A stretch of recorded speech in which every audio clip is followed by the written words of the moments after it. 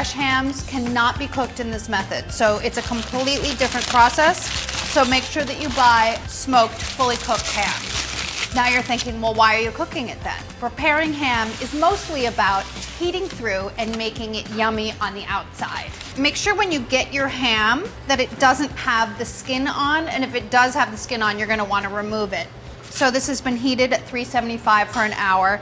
Now I'm scoring the fat about a ½ inch apart. What this does is allow for the fat to kind of crisp up with the glaze when you put it on later. It makes it super delicious. Any place where there's any fat, just go ahead and score it.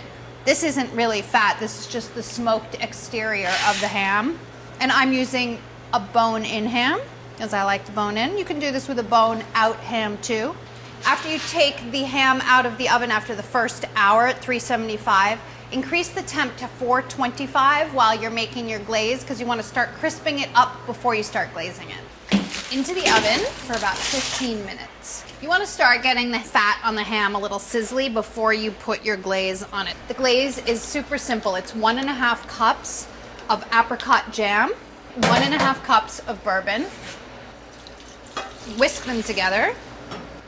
Once your glaze mixture starts to simmer kind of aggressively, turn it down to about a medium and cook it, stirring occasionally for about 40 minutes until it's reduced by half. After 40 minutes, stir in a ¼ cup of lemon juice and ½ teaspoon of black pepper.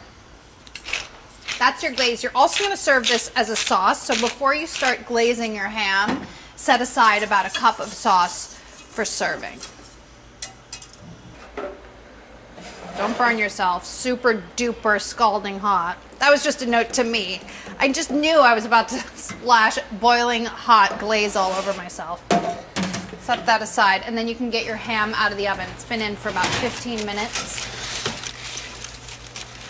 Ugh. Do you see here where the fat is sort of starting to separate? All of that is going to caramelize into deliciousness. So brush it generously all over with the glaze, and then you put it back into the oven and you continue glazing it about every 15 minutes until the interior, when tested with a meat thermometer, reads about 145. Wait till you see what it looks like when it comes out in the end.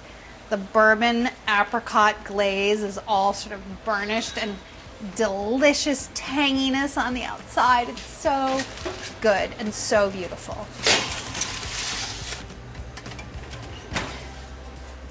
Quite a transformation, huh? Look at how amazing that is. It's super burnished and dark, bordering on burnt, I suppose, but I like that, so just keep an eye on it. If you feel like it's getting too dark, tint it with foil, okay? The pan does get a little bit burnt. Don't worry about that. That is perfectly normal from the sugars.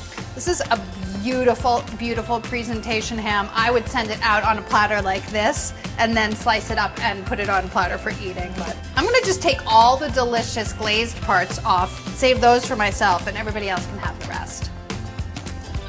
This bourbon glazed ham is delicious. Try to resist eating all the glazy parts yourself. I know it's tempting, but you do want to save some for your family and friends.